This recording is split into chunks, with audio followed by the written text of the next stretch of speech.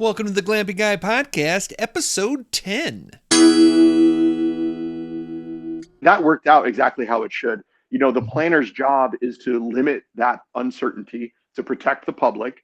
And then at a certain point, staff is just that. They're staff for elected officials and appointed board and commission members. They're there to advise them, but those folks make the decision. And that's the way it should be, because down the road, say you end up putting up something, you say you weren't you and you put up something that was a problem, it shouldn't come back on that staff member. Hey, I'm Chris Joop, the Glamping Guy. Welcome to the Glamping Guy Podcast. And today we have an excellent conversation with Nick Labadie of Zoning Everything. Nick is an urban developer of over 20 years experience in zoning, permitting, and development. What makes this episode so exciting is that Nick's not only consulting, he's now diving into the glamping world himself. Now, this episode is split into two parts. The first part really delves into Nick's expertise. He is brilliant when it comes to zoning regulations and all that stuff. That actually does build a lot of fear into potential glamping developers because it's so unknown to many of us. In fact, when I got to know Nick online through some various groups, and we've known each other for a few years, he was very helpful to me in guiding me through the regulatory maze that I needed to find my way through. And in the second half, that's a really juicy part, we actually dive into his personal glamping developments that he's got going on right now. He's got Faraway Camp that in Virginia with just kicked off this last summer, as well as a spaceship development and an immersive glamping experience that he is unveiling for us here today on the podcast. Now, if you're a landowner, wants to develop your glamping operation, this is an episode that I think you will want to revisit time and time again, and maybe even take some notes because of the stuff that you'll be learning here on the Glamping Guy podcast. So without further ado, here's Nick Labadie from Zoning Everything. Welcome to the Glamping Guy podcast, Nick. How are you doing? Thank you. I'm doing really well. All right. I do want to set the stage here for the listeners how we know each other. We've known each other for 3.5 years. You know that? Yeah. 3.5 years. I guess that time flies for sure. And I personally think we knew each other from, or we met each other from Rob Abasolo's Glamp Camp. Most people know Rob Abasolo as a big short-term rental guy with Host Camp and all that. But he started off in glamping, and I think we were his two favorite students. What do you think? Yeah, sure. I'll go with that.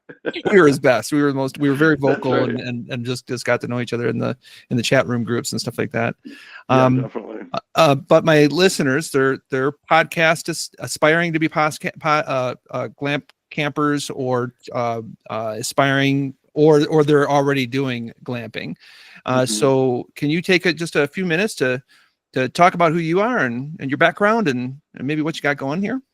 Yeah, sure. So my background, I did a few things. I've done a lot of different things, honestly, over the years, but relevant to this, I started out as an apprentice as a carpenter at one point, not too long out of high school, which kind of got me into the whole building and, that side of the world.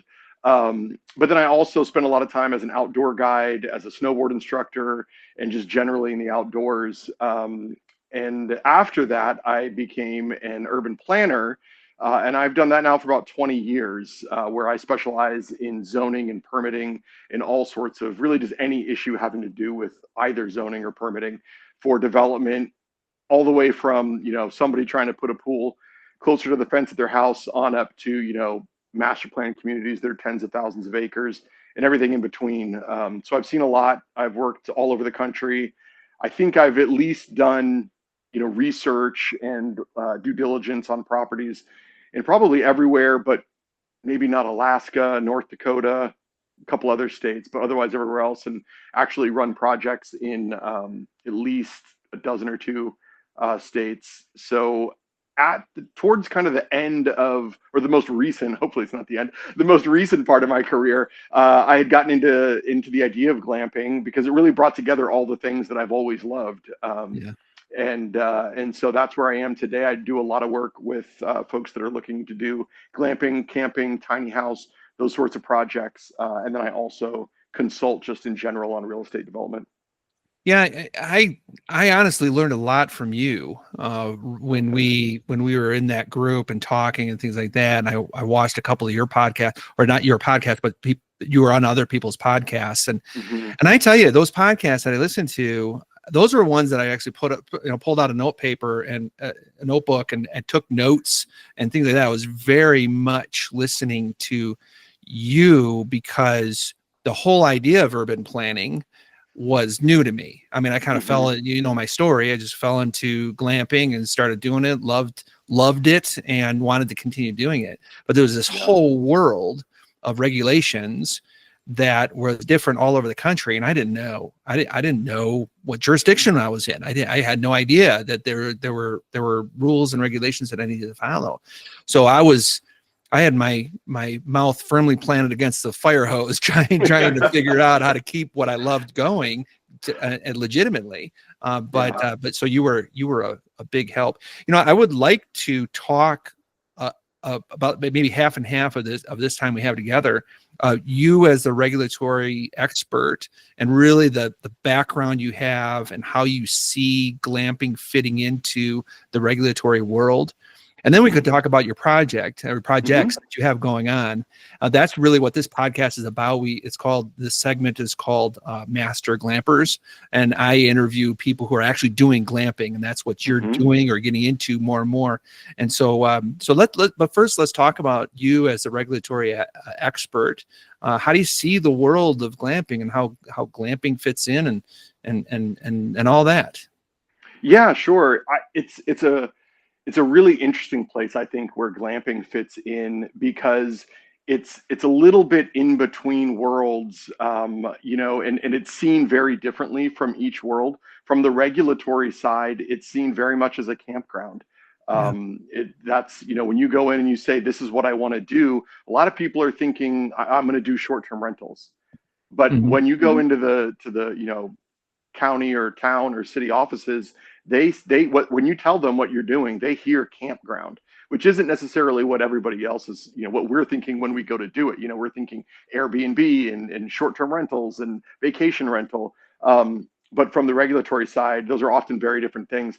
And the biggest thing that I think is the kind of where we doing it and the government kind of go like that is that it's a commercial use, really. Almost everywhere it's considered commercial. There are places where it can fall under different titles that put it in recreational or agricultural, but for the most part, you're looking at a commercial use, which really changes requirements, but it also changes the reliability of the zoning you have.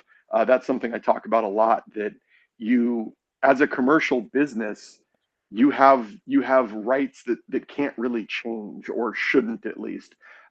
Whereas as a person short-term renting your house, that's an entirely different thing. And as we all know, those regulations change constantly all over the country. And even in one place, they'll kind of sway one way. The public gets upset. They sway back the other way. The industry collapses there, so it sways back. And that can be a tough place, especially if you're investing a lot of money. Now, if it's a house that's something traditional, you don't run into that as much. But with glamping and tiny house projects, you don't have the same, I guess, environment that you would with traditional housing that gets rented.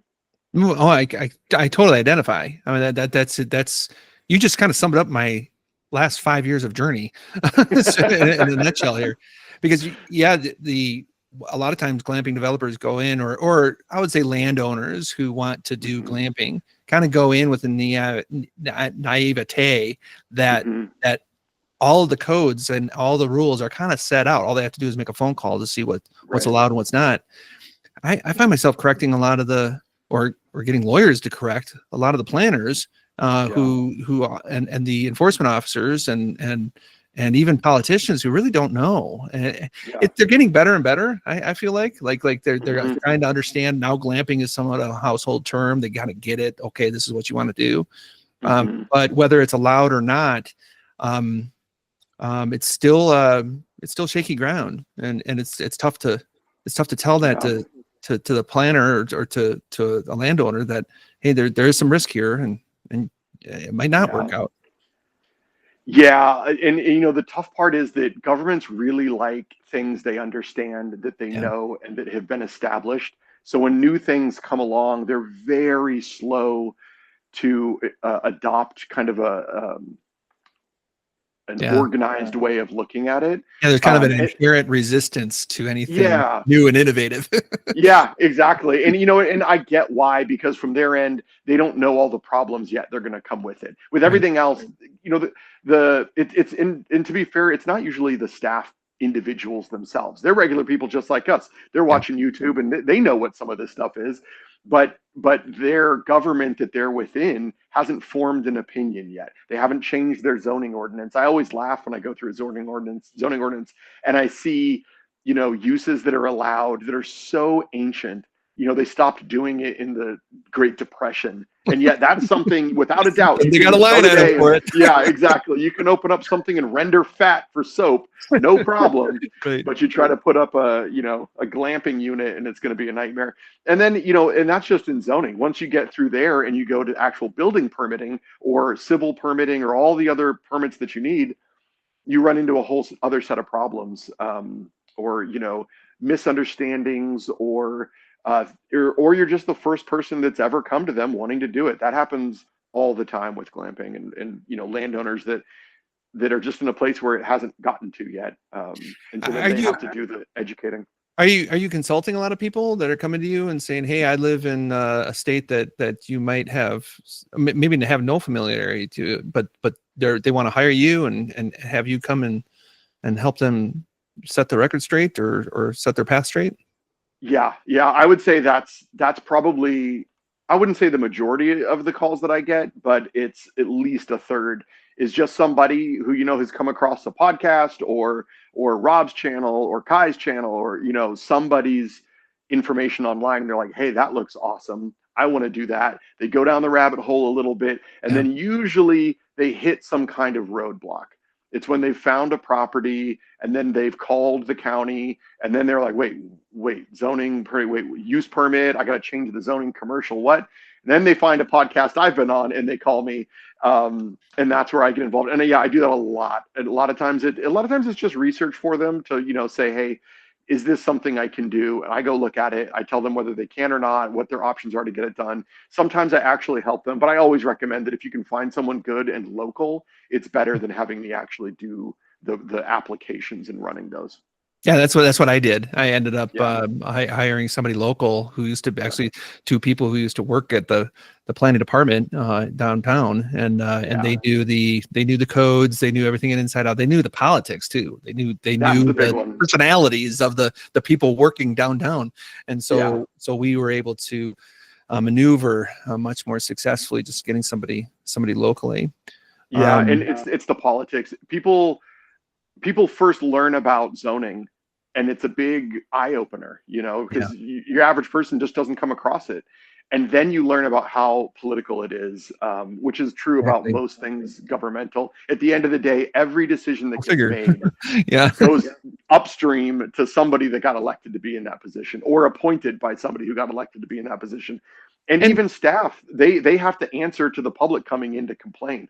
And so, it's no one is there just trying to make anyone's life hard. They have to deal with a lot of stuff on their end as well. And in a way, that message kind of gives people hope, I think, instead of like this despair, the kind of like this, this Ayn Rand despair of the government's just going to shut me down and everything's going to go south. And that could create a lot of anxiety, but understanding that it ultimately does end up with an elected official's lap that actually will listen to you because you're a constituent, and there's rules and regulations, and these rules and regulations do adapt to the times. And when there's pressure, like from us who are pushing the status quo a bit and getting more creative and trying to come up with something new, those things can change. I mean, I've seen that actually here in El Paso County, where we have talked to commissioners and county and town staff and things like that, people like that, to really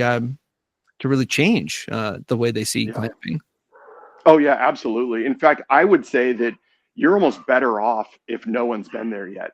And Right. you get to be the first one to do it the right way, to be honest, to be upfront, to talk to everybody. What a lot of people also don't know, like you said, you can go and usually talk to the members of the planning commission. Yeah. You can go and talk to the board of supervisors.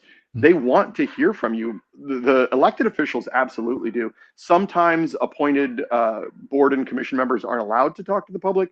Usually they are, though, and they're happy to hear about it, and that's better than if you've had someone come before you where it didn't go well for them for Right. whatever reason. Maybe they, maybe they dug a little bit of their own hole. Maybe not. Maybe they just were the victim of circumstance. But if things have gone badly for someone else, sometimes they've already made a change to the zoning ordinance and addressed it. And a lot of times that's done to avoid problems, not as much done to make it perfect.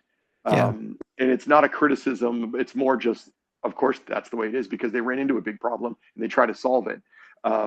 But that can be a harder situation. But at the end of the day, there's always hope. As long as you're genuinely out there trying to do something good, there's always hope to get that through and make it happen.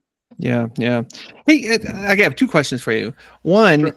Have you ever seen anybody actually get shut down by like the district attorney that actually came down and said, no, we're going to take these tents and move them off the property? Sadly, all the time. Really? Yeah. Really? Okay. Yeah, all the time. The most common thing people do, I think, is that they find out about it from whatever way, decide it's what they want to do. They dive in and they do it. They think they're doing they don't know that they're not allowed to do it. Mm-hmm. So they just move forward, and somebody told them, oh, if it's under some number of square feet, you don't need a permit, which is followed by 7 asterisks about, well, maybe, if, it depends. Yeah, it gets But complicated. they think they're allowed to. Yeah, it gets very complicated. So they go out and do it. And then a neighbor complains because 99% of the time that's how this happens. Mm-hmm. And then, yeah, they'll come in, and it's usually the county or whatever your jurisdiction is. They're not looking really to shut you down. What they're Mm-hmm. looking to do is bring you into conformance with the various regulations. So, Right. and you have generally a good amount of time. You always get at least 30 days to respond. You get another amount of time that you can work out with them to get it sorted out. But if what happens usually is that the sorting it out is just too expensive. And Well, people that's realize actually that. that's a line I use a lot, Nick, in my classes and in my consultations when I talk to people and on my podcast. The line of they don't really want to shut you down. They want to bring you into compliance. Yeah. And that, I think I learned that from you, honestly. so it's kind of like that perspective. Oh, okay. They're not, you get this idea that, they're the big, bad guy coming in and shooting you down, is a stereotype. And, and the reality is that they have a code, they're hired to enforce that code, and they're actually tasked, if they're good at their job, to bring you into compliance with that code. Mm-hmm. And if everybody should be able to work on those grounds. I mean, there's no reason not to work on those grounds. So that you can build a glamping property that's to code and legit and might actually fit into the greater master plan of the county, and everyone will love you. Mm-hmm. That's what's happening to me right now in the county here in El Paso County. I mean, I think you're the model of the way it should work. You guys have done such an awesome job with, from day one. I know everything you guys have done have been like, let's do this right. Let's get it done. Let's work together. And in a very positive way. And I think that's just exactly the way to do it. What can happen sometimes is if you're just in a zoning district where it is just flat out not allowed, that you always have the right to request to change the zoning district. That comes with it's usually expensive. It usually takes several months at the bare minimum, depending on where you are. And that is it's not a guarantee, just because it's not like a building permit. If you submit it, you're going to get a permit eventually. They have the right to just say they don't think it'll be good and say no. And that is also where a lot of people end up with just a hard stop, as they get denied. It's the economic. It's just not worth the fight, and and if you're locked into a property already because maybe you live there or you already purchased it and own it, it can be very difficult to move to a different location. And a lot of people just don't know what due diligence to do before buying a property, and so they can get caught in that. So to go back to your original question, I'd say that's where it is. They either get caught up because it's too expensive either to go through the process or because of what's required to come into compliance. Maybe it's, widening the road to get to the property. Maybe it's bringing power and water in from a long way. Maybe it's a brand new huge commercial entrance, or the necessary septic, the driveways, the parking, the plans, the engineers.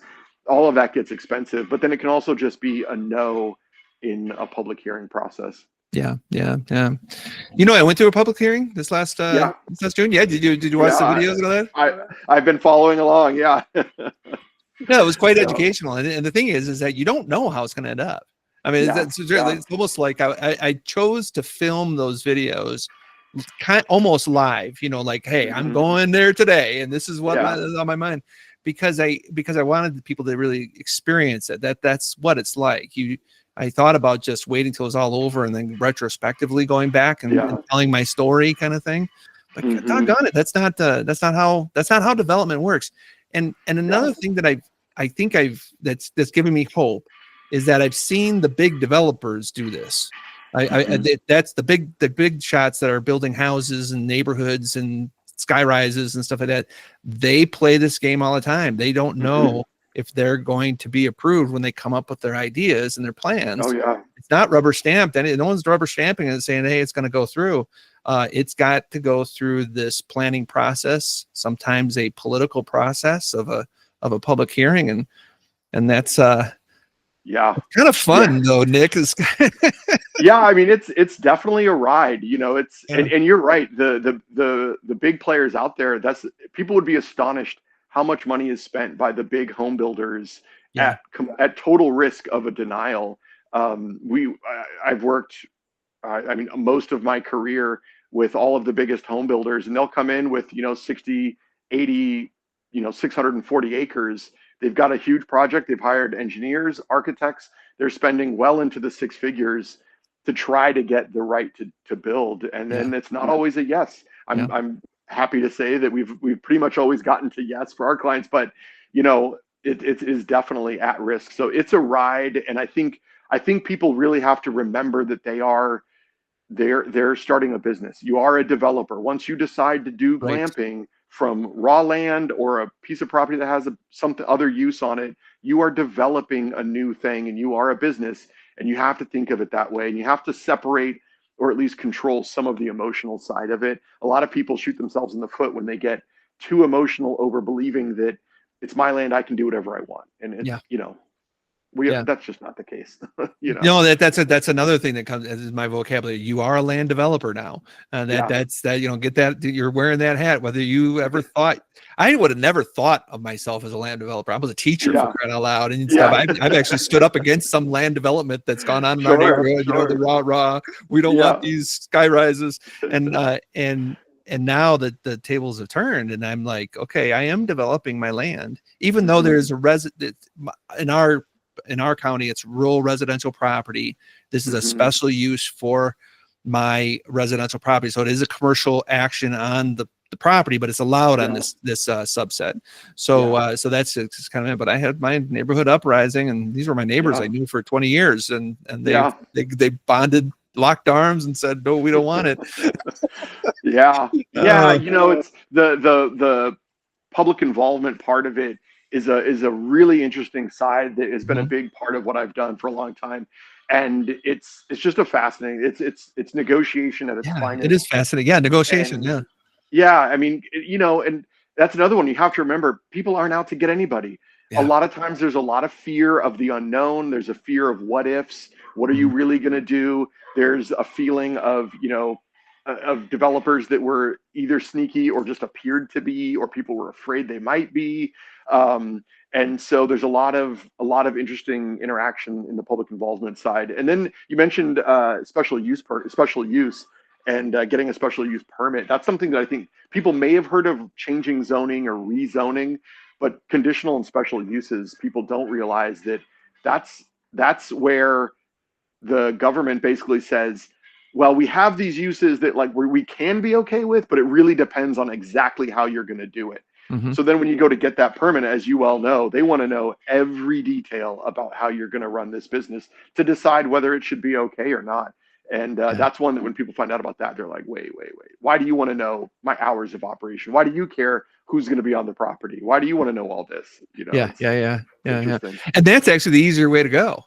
So Oh, yeah. Oh, when it by comes to far. Yeah. rezoning your property, the Yeah. easier way to go is the special use and the conditional permit. And I've been surprised at how much detail they, and you'll be interesting to note this. We pushed back, the lawyers that I had pushed back on the planning department because they wanted to know exactly the venues that we were building. Like the whole floor plans and everything. And we pushed back and said, well, no, glamping's more adaptable than that. We might swap a tent, a safari tent out for a bell tent, or a container home out for a oud home or something like that. We might do that a few years down the road. And we don't want to come back before this committee again to do this all over. And the planners did not like that. They actually said to my lawyers and to me, we're not going to allow that. And my lawyer actually said, well, we're going to take that to the commissioners. Yeah. And we did. We took it to the commissioners, and the planner didn't like that. She was she was like, I want to know exactly what this is. And we said to the commissioners, we didn't quite say it this way, she's not letting us be as flexible as we need to be.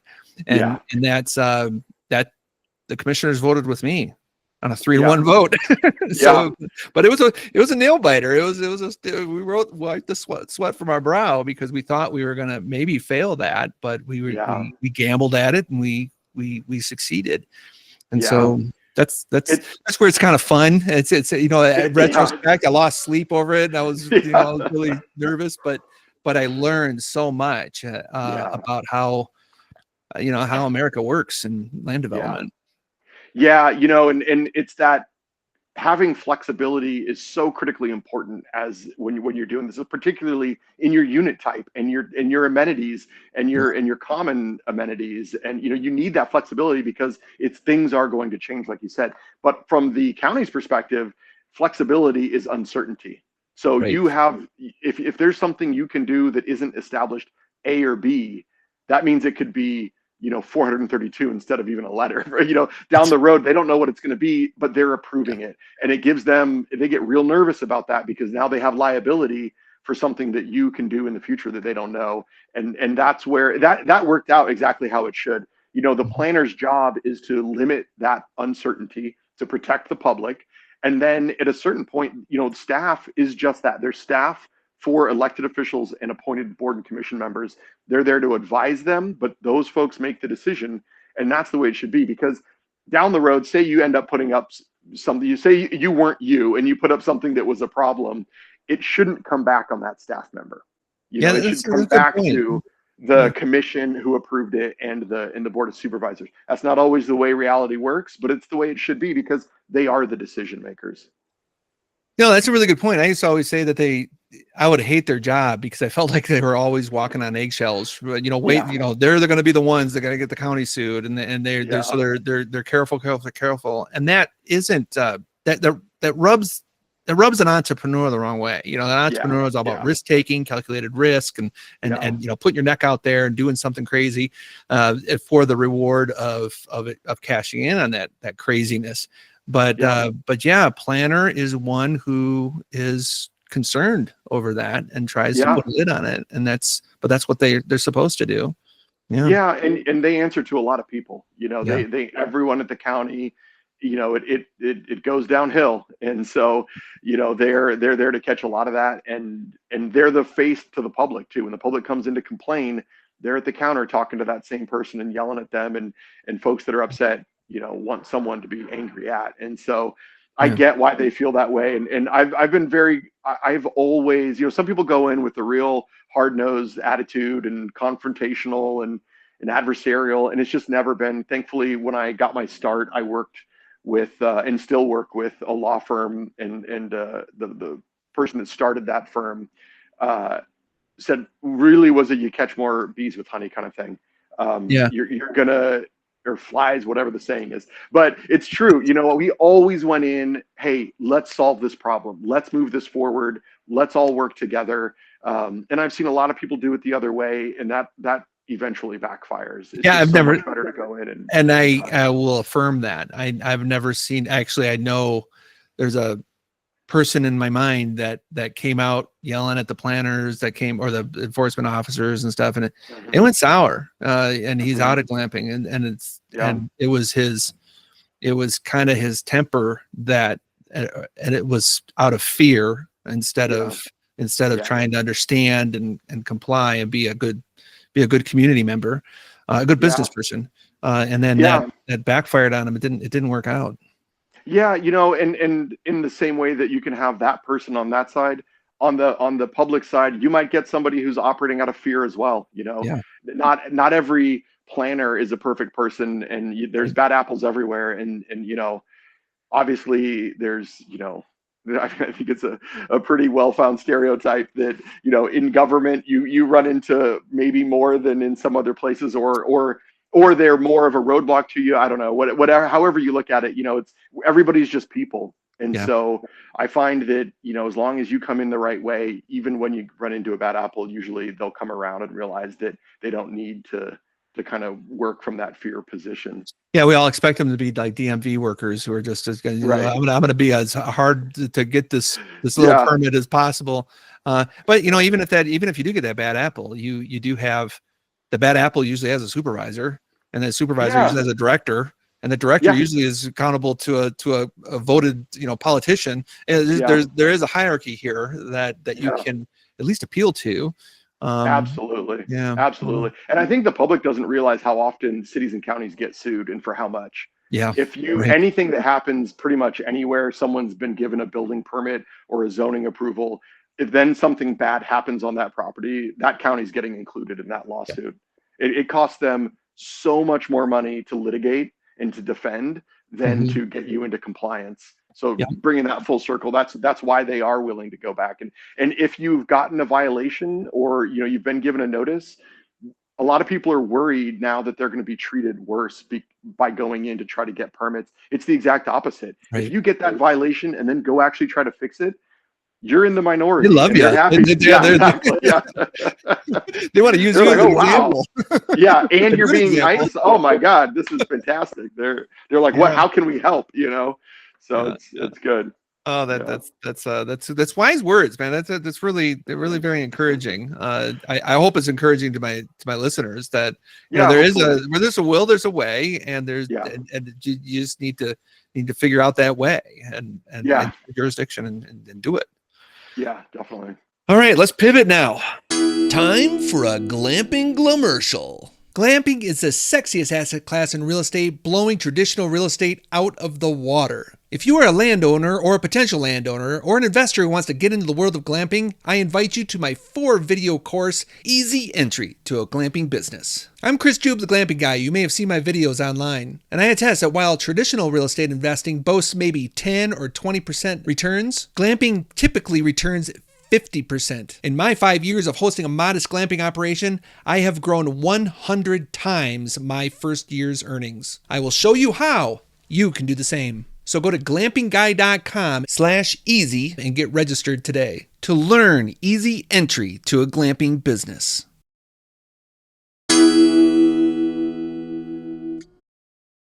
So let's talk about it, because you're becoming a glamping developer. Actually, instead of advising people on how to glamp, but based off of your urban planning background, now you're actually jumping into the pool and you're walking the walk. Yeah. So we have a project in Virginia. It's called Faraway. We are at faraway.camp, or faraway.camp is our website. I've got 3 partners on it that we actually met in the chat on a webinar or something glamping related. I can't even remember what it was. We met in the chat, and then we formed a group, and it has been fantastic. It's been an awesome partnership. We ended up purchasing about 50 acres in Virginia, kind of northern central Virginia. It's gorgeous. It's half open kind of pasture and half wooded. We've got a few ponds there. It's a working farm. There are cattle, there are dairy cows, there's chickens. all of which we hope to be able to offer to guests in the near future. Okay. The food from the dairy cow and the chickens, and right now we have 2 domes. We're open and we've got guests, and we've been open for a few months, and it's been really great because we went through a long zoning process. We did need to get a use permit. There had been somebody to go through before us that really just it got rough for their project, and they ended up not even doing it. They I think they probably sold the property or didn't close on it. They had to just go look somewhere else, and it was not, it blew up basically. And I don't feel like it was their fault. I don't feel like it was just one of those things where it just got crazy. So And this was a campground that you bought? No, we bought just it was really a farm, just a farm. A farm, and then it was a distressed farm that you brought up, but it was beautiful because you wanted to put a glamping site in it. Yeah. Honestly, it was just it was its own thing. It was really primarily, I say farm, but it wasn't crops. It was cattle there.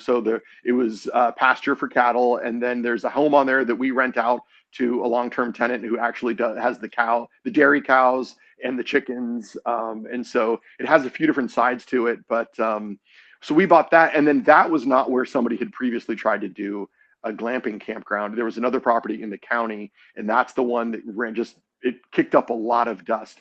So that was right when we kind of bought it. So then when we came in with our application, glamping was very known, and there was a lot of concern around it and how we would do it. Yeah, it turned, when I had first talked to staff, they said, oh, we can probably combine hearings, get you done in like 3-4 months. Well, we ended up, instead of 1 hearing, we ended up, I think, with 5 or 6 hearings. Wow. We had multiple hearings with the Planning Commission and the Board of Supervisors because there had been so much recent, kind of dust up over glamping. And I'm very glad that I had the experience that I did, or it would have cost me an arm and a leg to pay for somebody like me or attorneys to get that you were done. the sweat equity of the partnership. Okay. Yeah. What was the dust up? Why did the community already know about glamping and stuff? So that project was also domes. And it was just a lot of, I think, miscommunication is really what it was. I think it was just the property owner, I know, was trying to do something good. The neighbors didn't like it. They didn't like really who was coming in to do it. They had this is exactly what we're talking about. There was a lot of fear-based stuff. And I think, I don't know if it could have been resolved or not because I wasn't a part of it. I know that, when it came to our own project, we did have neighbors who were opposed. And immediately we try to talk to them and say, okay, what are you actually worried about though? Is it traffic? Is it parking? Is it lighting? Is it a view? Is it noise? Like, talk to us, because we're here to be good neighbors. We're here for the long term. We want to make these things right and want to make sure you're okay. We're not a giant, investment bank coming in and buying up a little campground and blowing it up with a bunch more units. We're just 4 guys coming in trying to make something good. And by the end of it, they said in our hearings, they said, look, we just don't want it, that we'd just rather not have it. We'd rather still have just pasture over there. But we were approved because I think it was clear we were really trying to do the right thing. I went into that zoning department and I said, I'm here to submit an application that's going to be the best one you ever had. And I want it to be the model on which future applications can be based. And I meant it. That wasn't just lip service. I genuinely meant that. And I'm very happy that now our application is the one they give out to people that come in. And they say, hey, this was one that was done right. They have since made some changes to their zoning ordinance that I think some of those changes came out of a fear of campgrounds that they don't want. So it's a lot of you can't do this and you can't do that and you must have this. And frankly, it's probably making it so no one else can do it, at least in the current form. But thankfully that was after we got approved. And so now we're there and we're operating in complete compliance with our use permit, as everyone should who has one. And it's great. Our domes are doing well. Our guests are super happy.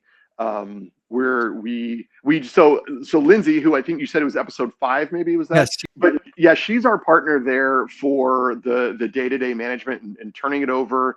And she and her dad were a huge part of building the whole thing, as far as the actual units go. And I will plug her every day, any chance I get, because she and her team are amazing. And I think, she's our boots on the ground. That's the term everybody loves to use, and it's true. You have to have boots on the ground, no matter how much you think you can do it entirely from afar.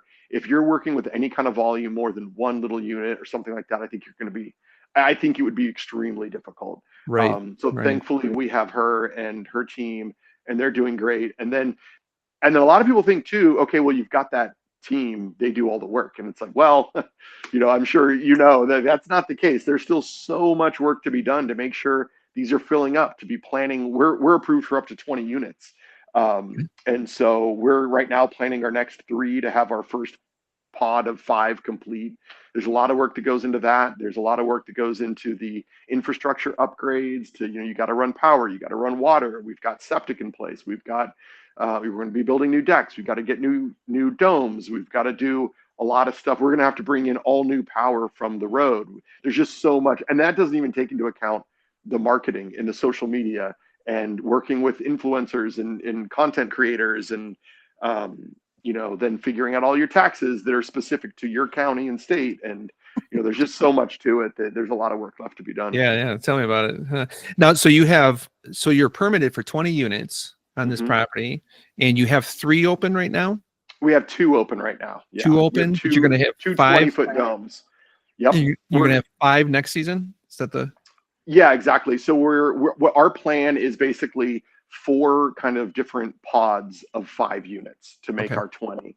Most of those in the pasture, but at the last phase would be in the wooded portion. And so right now, we have 2 domes open. They're 20-foot domes from Pacific Domes. And they have a bathroom with a shower. And then they also have a little kitchenette. And then, of course, the sleeping area that looks out. We've got great views of the Blue Ridge Mountains right there. How much are you, what's your ADR on those? What was this last season? It really varies. We opened in partway into August.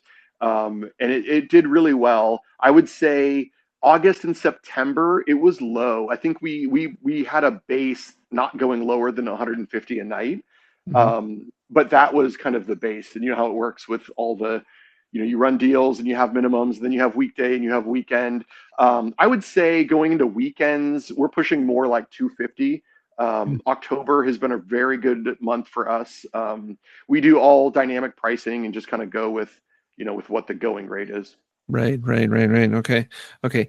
So, but it's interesting. You're doing a 4-phased approach. So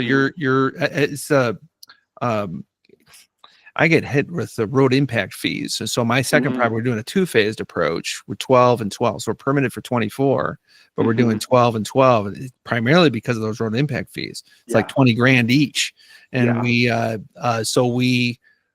the $20,000 for the first phase. We'll pay the 20. Do you do some of that with like your permitting and zoning and all that? Yeah, thankfully we did not have any kind of impact fees. So it's a big cost saver there. However, there were things that did come up. So we were required to do a commercial entrance because we were permitted. We had to do our commercial entrance based on our total number of approved domes. So we have you're out there. We're only 6 minutes outside of the close town, but you don't see sidewalks. You don't see concrete curbs, but we had to put in this huge entrance. It's all paved and everything, and it's way overkill for our 2 units. But it was based on the amount of traffic we'd get on 20. So that was expensive. We had to build a driveway and a parking lot, and those were expensive. But otherwise, we didn't have any impact fees, which was another thing that we looked into in advance. Do you have a house on it too, or is there like a house? Okay, it's a 3-bed, 2-bath house. Do you rent that out, or is it like the person who takes care of it lives there? Yeah, we do. It's a long-term rental, and so they're kind of an emergency contact there. And they're a great couple. They were living there when we bought the property and wanted to stay, and we said, great. We love their cows, we love their chickens. We kind of love just having them there, and so then they can also be our. If somebody were at a dome and they couldn't get a hold of us, which would be surprising, we have a whole waterfall of contacts and all of that to get a hold of us. But last ditch, if they needed somebody who's right there, they can run over there and get a hold of them. So it's great to have them. And then being able to offer eventually, eggs, milk, all the dairy products and all that from on site is something we're excited about. Oh, okay. Cool. Well, that's cool. So that is faraway.camp is where people can find it. Do you have anything else going on? Is there any other glamping operations you got your fingers in? Yeah. So I have a passion project. Faraway is definitely a passion project, but I have another passion project that is I am building a short-term rental that will be a spaceship. It's where I think we've all seen the UFOs on Airbnb and the different things. They might look really cool, but then on the inside it's a house, and it might be a cool house, but it's still a house. And now you see a lot of people doing really wild interiors, but it's still a house. And I had my two boys and I had a weekend. It was going to be just three of us. And I said, I'm going to go find the coolest Airbnb out there and we're going to go stay there. And honestly, from a kid's perspective, I could see how they weren't blown away, because everything I showed them, they're like, wow. And then you go in and you're like, oh, cool, Dad. But I could tell they weren't really blown away. And I just thought, there should be something out there that is utterly immersive, that you can really get into. So this will be, it'll be a spaceship. It'll look like it came out of a Hollywood movie, inside and out. So you get in, there's a cockpit, you turn the engines on, you hear it rumble, you throttle up and your seat shakes and it gets louder. And big screen TV with the stars going by. Oh yeah, there's a cockpit. Actually, behind this camera, I'm welding up the cockpit right behind here, and it'll really be an immersive experience. And then there will be a component of interactive that you can opt into. So you'll be able to opt into what'll feel maybe almost like escape room-esque tasks. So a little light could be blinking, and now there's an SOS from another spaceship, and you have to walk them through solving a problem. You might have to fix something on the ship and open a panel and connect wires and do all of that. And so that's the other project that I've been working on. You're aiming for that Airbnb experience. I haven't researched it myself, but isn't that what Airbnb is really wanting people to develop, those kinds of immersive experiences? Yeah, exactly. And they had run a contest. I forget what exactly they called it. Yeah. Like a year ago, they ran a contest. Yeah, I did submit to that, but I won't speak to how things got selected for that. I know some people that got selected, genuinely on merit, and I was so excited for them. I think some of they got thousands and thousands of submissions. So I did not get that, but I'm plugging forward because I also think that's kind of a whole side of short-term rentals that will become more and more a thing. Even at Faraway in Virginia, we're looking like how a dome, which is really pretty unique, and our whole experience I think is unique. However, there are more and more domes, and people have a lot of glamping options now, and I think it's important to really differentiate with kind of cutting edge, unique, or Airbnb is really banking on that. I mean, they're putting a lot of they're putting themselves out there. They're different from Vrbo and Booking.com and all the other ones that are doing things kind of the short-term rental, heads on beds types of offers. Airbnb is all about experience. If you go to the front page of it, it's all about the experiential stays. And glamping has a flavor that I suppose it's an advantage to doing the phased approach that we just talked about the 4-phased approach. You could, your plans can change in a year or two, and you can sort of, and my plan to actually I might not stick with the safari tent. I might pop that out and put something else there. And I want to have that flexibility in my special use because I'm a recreation camp, and I might change that recreation in a year or two, and based off of the market demand, which is it could be that. Exactly. And this is something that we're such cutting edge people, aren't we? The bleeding edge of glamping. On the edge. Yeah. Anyway, I think, I was going to say that Disney, I think, went all in with that, with their, I forget what it's called, Star Cruiser or Galactic Cruiser experience. Are you familiar with that? No, but I'm not surprised to be doing that. Yeah, it was a huge resort. I mean, they did it Disney style. They went over the top with everything. And that concept was, you went and stayed at this resort that was attached to Walt Disney World, but in itself, it was supposed to be this galactic cruise ship. And every single employee in it was fully in character. You were walked through an experience, head to toe, top to bottom, start to finish, inside this thing that was all themed out. It was an incredible, but it was too expensive. It failed already. I mean, I think it was open for a year, maybe two, something like that, and then they shut it down. But I think it was purely the expense. I think for two people for a weekend, it was a minimum, I think 3-day or 3-night stay, and you'd end up spending around $5,000 or something like that. For how long ago was that? A couple people. Was that? They only closed it, I think, maybe earlier this year. Oh, okay. Yeah, Well, maybe they're ahead of their time because I do think the trend is moving to that. And glamping is kind of an experience. It's kind of a little child of that. When you say Totally. like we are experiential. I mean, experiential glamping is what we always talk about. And I'm it's personal conviction of mine for my. I feel like my units are a little underwhelming. I need to beef up the experience a bit more, and I've got some elements to it, but we're actually talking about putting more emphasis and more money into that rather than another unit. So just a background of my story too, because I think it's similar to you. We're walking kind of the same path here. I have 8 units here on the property, and I'm permitted for 12. And we are talking specifically, like right now, Nick, this is profound, of not putting our efforts into opening those 4 others. Instead, we're talking pickleball court, a hot tub, a little shed with a game room. The experience is more important than the doors. And that's I don't think that's the traditional view of development. No, certainly. Yeah. I mean, more you get something that works and then you multiply. And I think that's the traditional view. But I think you're right that, glamping in itself, people are looking for the experience. Yeah. And so you have to make sure the experience is what they remember. You have to make sure of all the other things, it's got to be a comfortable bed. It's got to have, all the other stuff. But at the end of the day, people are choosing that over a hotel or a traditional home Airbnb because they're getting an experience and they're getting those, social media moments that they want to post.